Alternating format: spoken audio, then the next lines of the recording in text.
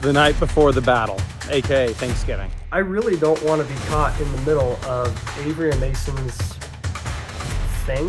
What the f is happening? So Avery, here's my proposition to you. The bet is on, and this week the stakes literally could not be any higher. I got some pretty bad news What? to share. What's wrong? I'm not gonna make the playoffs. Oh, I thought you were like first place or something. No, that was last year. The way you said that, it was like it was something serious. It feels serious to me. This is pretty serious. People will look at me differently because I'm not in the playoffs. They weren't. I wish that were true. Okay, should we go Korean barbecue there? I really don't want to cook. Okay. All right, that's fine. We head into week 13 and we have officially clinched the #1 overall seed. And I don't think last week could have gone any better. We went 3-0. We beat Mason. We won the bet with Mason, whichever bet you want to count, we won them all. And the Flock Fantasy supporters were in absolute shambles and tears in the comment section. So, I mean, it feels good to be the best. Not only did we win, we went 3-0, and we don't got to do nothing for the next 3 weeks until our week 16 fantasy matchup. We got a month off. The team's going to go out there. They're going to run around. The goal is to just stay healthy and have a good time these next few weeks. But, yeah, we don't have a competitive game that means anything for a month. It feels good to be the best. Let's take a look around the Flock League, shall we? The playoff picture is shaping up. There's 6 teams vying for playoff spot, from Sammy at number 3 all the way down to Badake at number 8 and all the teams in between. We can all capture one of these 4 playoff spots reasonably, and I'll tell you how everyone can do it. Let's start with Sammy, who is 7-5 with the higher points for among him and Thomas, who is the other 7-5 team, and Sammy also plays Thomas this week. He is a -135 set to make the playoffs per myself. If Sammy wins one of his next 2 games, he's probably in, especially if it comes at the expense of Thomas this week, who would be at risk of missing the playoffs. The only way he doesn't really make the playoffs is if he goes 0-2, or myself, Avery, and the devs all go 2-0 with a lot of points for. Into the 4 seed Thomas. Thomas I have set as a -125. I do think that there's a chance that he falls out of favor because Sammy has the easier schedule because he plays Nick the Editor in week 14. Thomas plays against the devs in week 14, who have a better team than he does, but basically all he has to do is go 1-1 because he has a game in hand against Avery, myself, and the devs. Speaking of the dev team, they have the most points for of anybody in this playoff race. So if the devs have the same amount of wins, whether it's 7 or 8 as a lot of the other teams, there's a very good chance that they're going to be the highest seed. The only way that they fall out of the playoffs, in my opinion, is going 0-2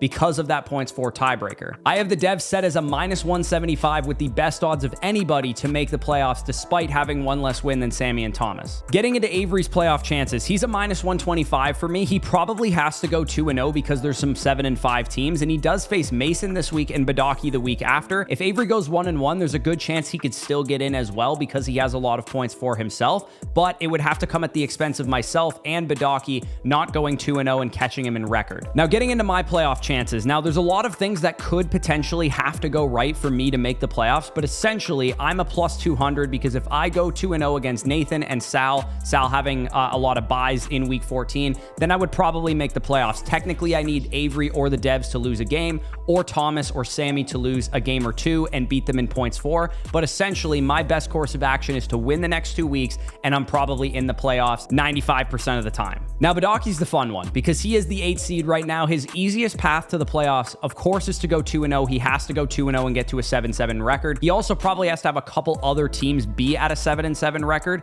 and for that to happen, he would need probably me to go 0-2, miss the playoffs entirely. Avery maybe miss the playoffs entirely, or the devs miss the playoffs entirely. He needs at least 1, if not 2 of those teams to fall out of favor completely, or he would need Sammy or Thomas to go 0-2 as well. And because they don't have a lot of points for, maybe he could make up the points for tiebreaker against those teams. So a lot of different avenues for Badake, but generally he has to go 2-0 as well. Week 13 of the Flock League, where everything is at stake. Seeding, playoff spots, and the panic to avoid last place in a trip to Denny's. One slip up and your season can go crashing down. But starting the matchups at the top, we have the current king of the league, Sal, taking on Team Zach. Sal looking to improve to 12-1. Zach trying to improve his seating in the toilet bowl. We'll start off with Team Sal. We're looking at full strength here. What a dynamic duo of running backs that Sal has at his disposal, but that's not all, man. You have to worry about George Pickens, the new wide receiver one in Dallas. I'm the biggest CeeDee Lamb fan out there, but number 3 has taken the keys to be wide receiver 1, and that is the exact boost that Sal needed for his team. But we got Zach. He is coming at his heels, and he is looking to upset Team Sal. And you can argue that this is the healthiest that Zach has been in ages. We are talking about Bucky Irving, Black Batman, making his return to Zach's lineup, and it couldn't come at a more pivotal time. Zach doesn't want to be in the 11 or 12 seed. Zach wants to make sure he's one of the higher seeds in the toilet bowl and avoiding the bye week. If I had to preview this week's matchup, my team's at full strength, Justin Herbert back from bye, and I'm taking on Zach, who, as it stands for this year, I don't have anything to play for this week. My positioning of number 1 seed is locked in. And Zach, when it comes to the playoffs, he doesn't have a chance to get in due to tiebreakers and points. I believe there's no chance he has right now. So he's right now fighting for not getting a bye week in the toilet bowl. I would say that Zach has by far the most to be playing for this week. He has a team that might actually be at full strength, for the first time in a while. If there was a week to not be facing this version of what Zach's team is right now, it would be this week. So I have 1 seed locked up. Maybe I'll be rooting for Zach this week as he faces me. But yes, there is something on the line in this matchup, and it's for Zach to not have a bye in the toilet bowl, which does keep things interesting. Look, I'm going to be honest with you. It just keeps happening. The opponents I face, their players just don't play. Drake London, now doubtful for this week for Zach. Bucky Irving, expected to play, but maybe only 25 snaps, extremely limited. Every week it seems like my opponents have players on bye or multiple players hurt. We'll take it. We'll continue to take it. This black magic, maybe I'm the one who has it and not Mason. But it feels like it's going to run out soon, and I'm just hoping that's not in week 16 and 17. So I know Sal gets some decent hate here for not watching every NFL game. He has a life that he enjoys, and people don't love that. But I'm wondering if he watches the Flock League, because he's saying he's got some dark magic over his opponents. Brother, have you seen anything about my season so far? This is not new. This is not new that my lineup is injured. In fact, I think the last time my lineup was healthy was when we played in week 2, and I lost as the second highest scorer of the week. Pretty much the last time we played, Sal, was the last time I had a fully healthy roster. So, maybe you have black magic, but I have been the plague this entire year. This is not new. I guess I have something to play for. I just don't see a path forward to beat Sal. Unless Andre Yeshivas turns into Michael Wilson. Maybe then. In the next matchup, and we got the number 2 seed in the league and the only other team that has clinched a playoff spot thus far with Team Mason. The number 2 seed, 9-3 record. He is looking to improve to 10-3, and he's looking to take down the defending champion of the Flock League. Avery, his record has slipped to 6-6. He's on a little bit of a losing trend, and his playoff spot's on the line. Fall to 6-7, and you're at risk of missing the playoffs. Avery, you can't go from the defending champion all the way to the toilet bowl. He's trying to keep those hopes alive, and he's trying to take down Mason. All right, so here's the deal. Avery gets Amari and Hampton back, right? His team's getting healthy at the exact right time, he would think. But this clown isn't smart enough to remember what I did to Amari and Hampton last time we played. I've already checked. He has Amari and Hampton in his lineup, thinking that is an upgrade over Kyle Monungai. Maybe in a regular matchup, but not in a matchup against the team of destiny, buddy. I am so confident in my matchup with Avery, where obviously I'm still 6-0 on bets. Y'all saw last week Sal chicken out on the bet that I proposed, despite the fact that he had a 90% probability to win. Blah, blah, blah. We know Sal's never made a bet in this league because he doesn't have the stones to get it done. Now, I talk a lot of trash to Avery. I mean, I've gone through and I've given him a lot of crap over the past few years, rightfully so. But one thing I cannot say about Avery Huffman is that he is scared of a bet. We already saw him earlier this year go through, do the little chicken dance, go through, embarrass himself in front of the world, blah, blah, blah. Well, I like the idea of running a real bet with a real man. So Avery, here's my proposition to you. While I wish I got to play Nathan this week, while I wish that I got to see him in a turkey hat, maybe I can tie y'all in together. If I beat you this week, Avery, or let's say when I beat you, you and Nathan have to record every video on both the Dynasty Domain and Fantasy Domain YouTube channels for the entire week wearing turkey hats together. Now, if I lose, Thomas and I will both wear turkey hats in every Flock Fantasy video over the next week. Now, maybe you'll say, well, Mason, Thomas isn't exactly in the videos. Thomas just edits them. Well, he'll wear it when he edits. And yes, it's going to be uncomfortable for Thomas because I don't know if y'all have seen, he has those long, luscious locks. That's the bet. Avery, let's get you in on the turkey hat action. Let's bring Nathan in it because we know that honestly, it would be a reward for Nathan to be able to wear the turkey hat again. And if I lose, I'll have to rock it. And happy Thanksgiving, everyone. Well, here we are again. And the stakes could not be higher this week against Mason, our rival. And yes, he has an army of flying monkeys behind him, but the Wicked Witch of the West will fall this week. I'm going to melt the Wicked Witch of the West this week. And the witchcraft allegations are not going away, by the way. If Mason wins this week somehow, especially by some dramatic fashion where I'm way ahead and he comes back and wins, I swear to you, we're going to hang him. I swear we will. But the stakes couldn't be higher, like I said, and we have to win. We have to continue to win to get in the playoffs. So this is a must-win situation. If we lose this matchup, there is a good chance we are in the toilet bowl with the losers, and so that can't happen. And so between the rivalry week and between the stakes of the playoffs on the line, I'm already extremely high-strung. I've got to win this week. And then here comes the Wicked Witch of the West on her little broom, and you know, and the Wicked Witch of the West says, Avery, I have a bet for you. Oh boy, here we go. Mr. Mason Dodd, undefeated in bets. What's the bet this time? The turkey hat bet. Everybody remembers Nathan with the turkey hat. Here's a clip from Nathan with the turkey hat. Hopefully more creators can, suffer with me in the toilet bowl because, I'm not going to be in the playoffs. I'm playing for pride this week. I'm playing for the turkey. Let's freaking go. Now, I've never had to wear the turkey hat, but this bet does intrigue me a little bit, because we get Nathan in on this, and Nathan has to suffer if I lose, which I kind of enjoy that as well. Like, I think Nathan should be brought in on bets randomly. So the problem is, though, Mason, you chickened out of a bet with Sal last week. Sal chickened out of a bet, and so I'm not really inclined, when the stakes are already this high, to give myself even more of a reason to hate my life if I lose this game. But I'm not Sal, and I'm going to take this bet. And I think it would be pretty funny for one of us to wear a turkey hat. And the fact of the matter is, I said the prophecy a couple weeks ago on the video. The prophecy is I'm going to beat you this week with Jamar Chase. Revenge game against you. Revenge game against the NFL. I'm going to win this week. I'm going to beat you in the playoffs as well. I'm confident I'm going to win this game. Mason's going to be wearing a turkey hat on his videos. Mason, I accept your bet. And most importantly, Nathan accepts your bet as well. I don't even need to see a clip from Nathan. He accepts, I accept for him. Look, I've had a fever for multiple days. I feel like absolute crap. I'm probably not going to be able to even celebrate Thanksgiving tomorrow with my family because I'm still incredibly sick. And I can't lie to you. There are a few things that would lift my spirits more than being able to wear that turkey hat next week. However, there are multiple reasons that I cannot accept this bet.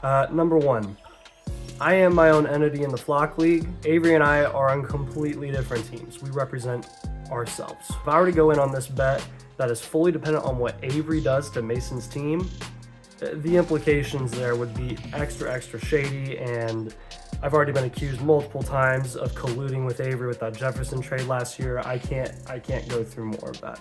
I just can't. Number two, I really don't want to be caught in the middle of Avery and Mason's thing that they have going on. I don't know why nobody has said it.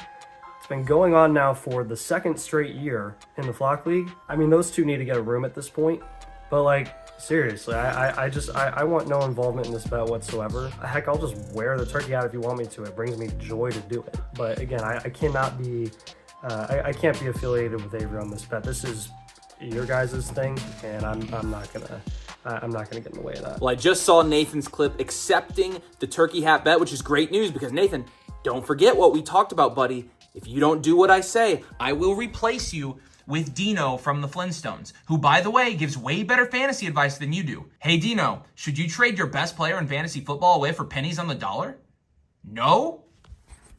He's already better than you, Nate. I would watch your step. I will replace you with Dino if you don't take this deal. Okay, love you, buddy. Next up, and we got the matchup of the 7 and 5 teams in this league. Team Sammy versus Team Thomas, the number 3 and number 4 seeds. And both these guys are dealing with significant injuries coming into this game. Depth's going to be crucial, and both these guys are trying to lock in their playoff spots. Sammy has gone through hell and back when it comes to injuries, and he's got the type of lineup that'll shock you, man. You get a Christian Watson big touchdown. You get a Brenton Strange big week in his flex spot, and anything can happen. We've seen the magic that goes on in this league. Week 13 in the Flock League, 2 weeks left until the playoffs are here. And this week we are coming up against Thomas, the editor. He had our number in week 2 where he took us down. That was our first loss of the season. Amon-Ra St. Brown had like 3 touchdowns. We're going to pray that we don't see that again on Thanksgiving. As a Canadian, you may think that I don't care about American Thanksgiving, but nay, American Thanksgiving is probably in my top 5 favorite days of the year. A random Thursday in November where there's football on all day and I can just sit on the couch, watch 3 football games on, a random Thursday in November. It's the absolute best. So we're gonna sit back, relax, hopefully Christian Watson scores a few touchdowns, and if we get a win this week, we will all but clinch the playoffs. And hopefully by the end of this weekend, we have booked our ticket into the Flock League playoffs. Next matchup, we got the number 5 seed Team Dev, the first place of the 6 and 6 teams, given their strong points for record. And I would say this is the sleeper team of the league. Yes, we know the records that Sal, the records that Mason have. Team Dev might only be 6 and 6, but they are packing a punch. Jahmyr Gibbs, the way he's been playing these last few weeks, legitimate difference-making player. Heck, he just scored almost 60 points. We're looking at Jackson Smith and Jigba, the wide receiver 1 in fantasy. When we look at Team Dev's lineup, man, they are stacked across the board, and they are looking to improve to 7 and 6. But although the Devs are favored 67% by the projections, Team Nick is looking to pack a punch here. He may be only 3 and 9, but he's looking to get out of the basement in terms of the standings here, and we are getting a potential situation the way Michael Wilson's been playing, the shock factor that Quentin Johnson has, obviously the talent that Brock Bowers brings to the table. Don't sleep on Team Nick. He's looking to raise in the standings, and he is looking to play spoiler in the Flock League playoffs. This league is way too close, and falling to 6 and 7 may very well be a death knell. So this week I play the Devs, which I know is the most exciting matchup of the week. That's probably why you're here. Now the Devs, if you know anything about them, they'll either put up 110 points or they'll put up like 200 on your head. Now I may only have 3 wins, but one of those was against the Devs in week 2, and that's because I have a secret weapon. I have a JSN and a Gibbs jersey. So I am fully prepared to wear both of these jerseys when these guys play, so hopefully they get mixed up. Think they're on my team and do what my team does and not score any points. Next up, we got Team Bush rocking that 6 and 6 record, but he is currently on the outside looking in. He's third in the tiebreakers, trailing both Team Dev and Avery in terms of playoff seeding. He's going to need some big weeks moving forward. He's going to need his points for to go up, and he's potentially rocking a healthy squad here. Marvin Harrison Jr. potentially making his return from appendicitis, and we've seen just how much passing volume has come from this Cardinals offense with Jacoby Brissett. Lamar Jackson, is he going to be able to bounce back? And we'll see if Team Bush can put up more than 107 points this week. But Team Nathan is packing a punch, man. Joe Burrow making his potential return to the lineup, also potentially getting back a guy like Trey Benson. And Bush ought to be careful and apply that off spray because the bug is looking to bite back. All right, so we're in the training room and we're just hoping, honestly, that we can get our team healthy. Kamara, MCL sprain. Harrison, appendix injury. Dalton Kincaid, hamstring pull. Brandon Ayuk's still not back, but I mean, I've written him off at this point in time. Lamar Jackson's clearly playing through an injury. Let's ice up Team Monk, because holy crap, we need to win this week against Nathan to keep our season alive. And in the final matchup, we have the 8 seed 5 and 7 Badake taking on yours truly. And it's been a season of disappointment, man. In fact, both myself and Badake have a shared experience, losing 6 games in a row in the Flock League. Badake starting out this season 0-6. Myself going from 4-2 to 4-8. It's been a season of 2 halves for both of these squads. Badake now on the up, and unfortunately myself on the downslope. But I'm looking to secure a higher seed in the toilet bowl. I cannot afford to be a bye week. I cannot afford to not play in that first round of the toilet bowl, so I need to start racking up wins, and I'm gunning for revenge. Badake's looking to sneak into that playoff spot. He's still alive, despite being the 8 seed, despite being 5 and 7. He is still alive for the dance. but I'm trying to rip his soul. I'm trying to take that Cinderella story that should have been mine and erase it from Badake's storyline. I may not be in it, but I'm going to get people out of it. Well, in the spirit of Thanksgiving, I did ask myself, in the Flock League, Zach, what are you thankful for this year? Obviously, a very different year to last year, right? Last year was incredible. We were riding a high, built a great team. The life Sal is living is what I felt like I was living last year. So I kind of look at it and I smile a little bit seeing him able to live that life. Hopefully he has a different result at the end of the year than I did. But what am I thankful for? The hard part is I've been waiting a long time for Bucky Irving to be back, and I'm grateful, but it's almost too late. So if I can be grateful about anything and I don't want to be a Scrooge, then I will just say I am grateful for you, Bucky. Now, if I went with my rankings and drafted Devon Achane at the time, I'd probably be in the playoffs. But I am grateful for you, and I want to stand by your side. And there's a reason I never traded him away. So I'm grateful to have you back in the lineup, even if you get 8 rushing attempts. At this point, I don't care. I would rather Bucky Irving stay healthy for weeks 15, 16, and 17 than go out there and get 30 touches and win me a pointless game against Sal. Now, they're going to talk about how the seating matters. Yes, the seating in the toilet bowl, yes, it matters. There's just not a world that it really matters for me, if I'm being honest with you guys. I'm starting Andre Yeshivas, okay? I want you guys to understand the state of this team. I'm starting Andre Yeshivas. Yeah, of course seating matters for the toilet bowl. I just don't think it matters for me. I don't see a path to beat Sal. So call me a negative Nancy. I'm just being a realist at this point. But hey, miracles can happen. So in the spirit of Thanksgiving, let's go out there and get them, guys. So the waivers just dropped in the Flock League, as our comment section would say. Insane refresh pull. But the big waiver ad for a lot of you guys was probably Devin Neal. Unfortunately, Danny already had him rostered coming into the week, so he was not on our waiver wire. Danny, who he played youth football with this player, picks up John Mechie for $7. A couple of bids on him. He actually out priorities Nick, the editor, for him. Tajay Spears goes to the dev team. They dropped Calvin Austin. They also grabbed the Patriots defense. Mike Evans was on waivers. Didn't actually know this. Not sure why Zach is picking him up because he's out of the playoff race, but if he comes back this season, he could maybe help him. Badake grabs the Colts defense, drops Tez Johnson. Thomas out priorities me for Blake Corum. Nice little handcuff staff. Avery grabbing Buffalo Bills defense, dropping Jake Bates. I grabbed Tank Bigsby, dropping the Chiefs defense. Sammy Stacks grabbing Taysom Hill and dropping Jordan Mason. Bill going to Thomas's team. He drops a kicker. I grabbed the Dolphins defense for the 49ers. And then Sammy Stacks grabs Jaleel McLaughlin, dropping Rashid Shaheed, who he traded for a couple weeks back. The Prince that was promised is back, and he's back for blood, and he's back for revenge against Nathan. And that's right, my glorious king, Omarion Hampton, my rookie, my guy. And this poem that I created, and that's not AI, it's not ChatGPT, I created it to commemorate this moment. The playoffs glow like firelight, the season on the brink, and Mason stirs his witchy brew with hairline on the shrink. His turkey hat is trembling, its magic running thin. He mutters spells to curse your team, but none of them get in. For from the fog of injury, from weeks of silent night, Omarion Hampton rises up with thunder in his stride. That's right, buddy, you got this, Omarion. He comes to break the witch's plans, to crush his crooked schemes, to run straight through that balding fear, and in Mason's dreams. So let the witch cackle and plot. Let his turkey hat unwind. For Hampton's return brings victory's tune, your glory, by design. You're going down, Mason. It's the night before the battle, aka Thanksgiving. Yeah, we are going up against a decent amount of heavy hitters. We have Jamar Chase, Rashee Rice, just stepped in a hole, Javonte Williams, and Patrick Mahomes that we have to go up against. And we have one lone warrior on our side of the ball. Josh Jacobs, my true king, the true captain of our team. And yes, we had him take the week off last week because once Sal backed out of the bet, we said, you know what, this week's not important to us. Let's make sure that we are the team that eliminates Avery from this league and banishes him to the toilet bowl. So we had Jacobs take the week off. He should be A-okay.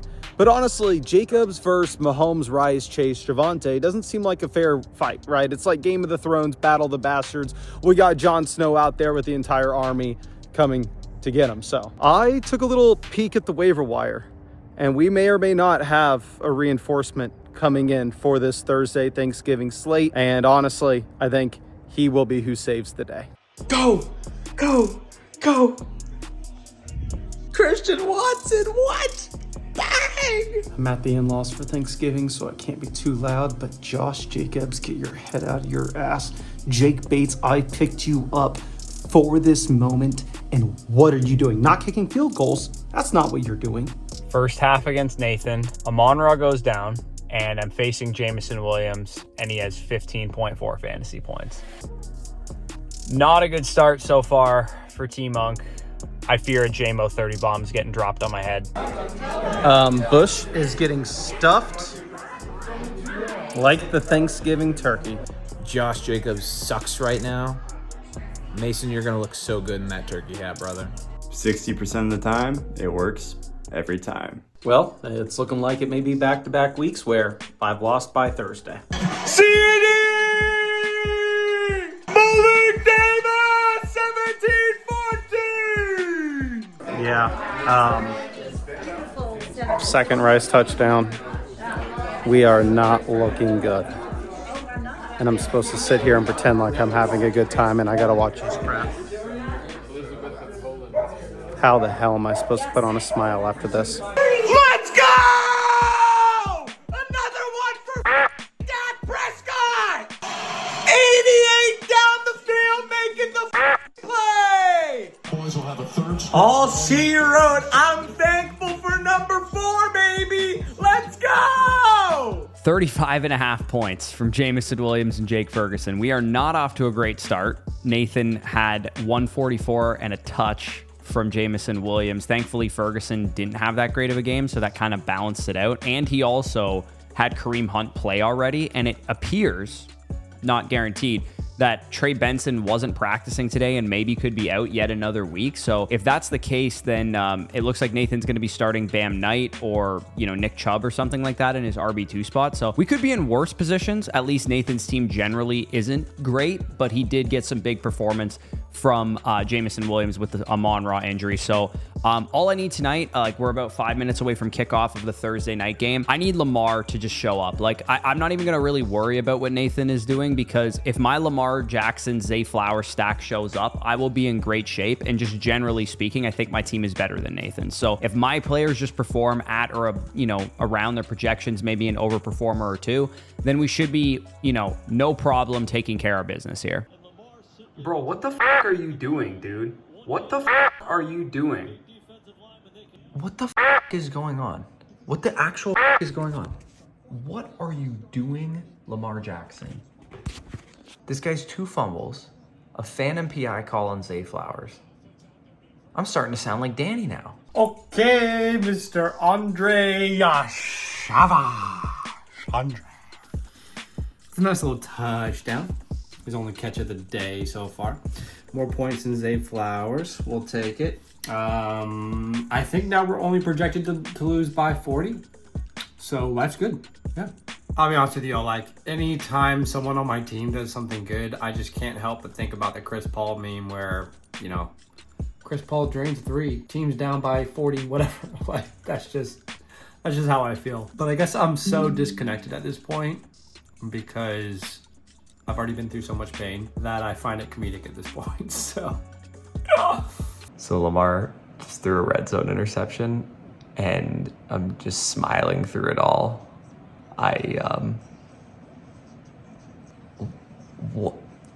What is this? This is the greatest fantasy quarterback who's ever lived, melting down against the worst defense in the league. What the f*** is happening? This guy should have 20 fantasy points. He's had 2 bullshit touchdowns called back, and he's turned the ball over 3 times.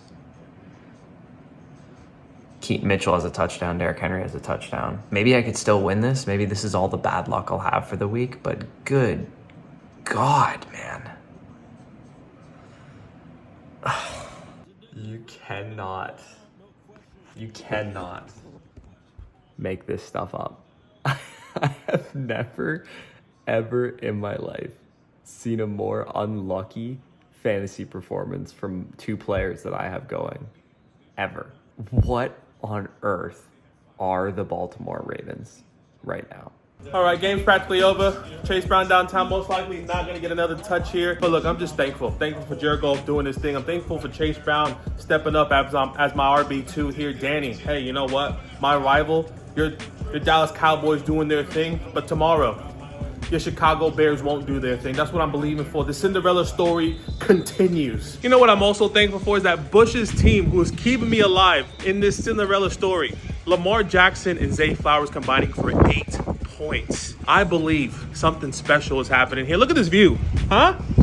Only in Sydney, Australia, you can get this, ladies and gentlemen. I believe. I hope everybody out there had an incredible Thanksgiving. I hope it was as good as mine, because Christian Watson, 18.3 points.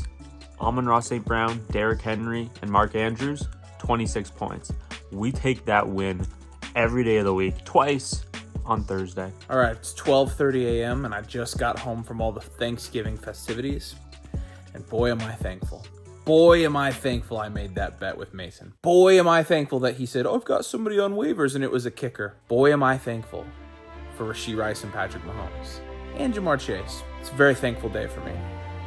And what we're looking at now is if the current results hold and no witchcraft occurs, I could clinch this weekend. Because if I win and Corey loses, I'm going to have the points tiebreaker with the record next week no matter what. If I win and Corey loses this week, I'm in. That's what's at stake. A great start by the team. And now we just got to finish. And again, no witchcraft, Mason, because Mason gets into the situations and then he comes back and finds a way to win. Not this time. No Josh Allen 50-point game. Not happening this week. We're just hoping we can clinch playoff spot.